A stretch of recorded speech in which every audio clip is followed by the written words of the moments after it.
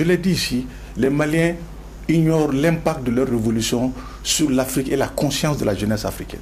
C'est le Mali qui est la lumière qui a éclairé ces deux pays. Et c'est comparable. Si nous voulons aller à une fédération, les deux autres disent que leur président est élu, d'abord, ils lui ont donné le titre de président. On est là dans le débat de classe juridique, oui, le président de la République, c'est quelqu'un qui est élu au-delà. Si le consensus populaire général dit qu'il est président de la République, il est quoi? Il est président de la République. Donc les deux autres ont résolu cela. Ils ont aussi résolu la question du mandat.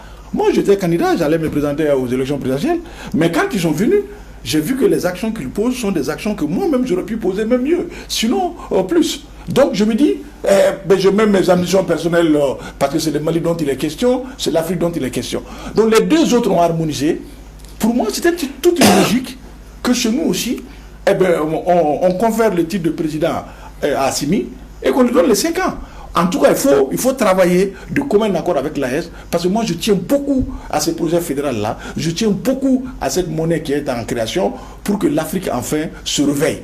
Alors, ceux qui n'ont pas compris cela, qui marchent avec des vieux logiciels de 91, qui ne sont pas mis à jour, mais n'en déplaise à eux, ce pays-là continuera, et nous n'allons pas permettre que la première réponse concrète à l'unité africaine, depuis, comme je l'ai dit, l'échec de la Fédération du Mali, puisse aussi échouer. Donc notre intelligence collective est appelée. Moi je ne dis pas que tout ce que les militaires font, c'est du bien. Sur ce plateau ici, chaque fois que je n'étais pas d'accord sur quelque chose, je l'ai dit. Mais est-ce que ça vaut la peine de mener ce qu'on a fait? J'ai vu par exemple une déclaration qui est supposée être la déclaration des partis politiques. D'abord, ils sont dans du populisme.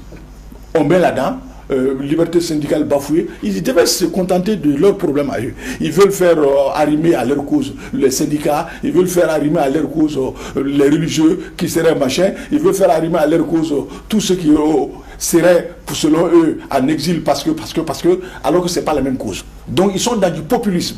Et comme Diallo l'a dit, ce n'est pas une question de Mali, c'est une question de lutte personnelle.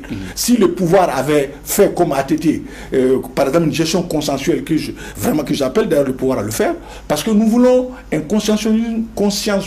une démocratie consensuelle, un consensualisme à l'ATT, pour que vraiment nous puissions aller de l'avant. Que tout le monde se mette derrière la transition, mais pas de façon aveugle, mais de façon critique, avec des propositions concrètes. Mais la plupart des partis politiques aujourd'hui, qu'est-ce qu'ils font?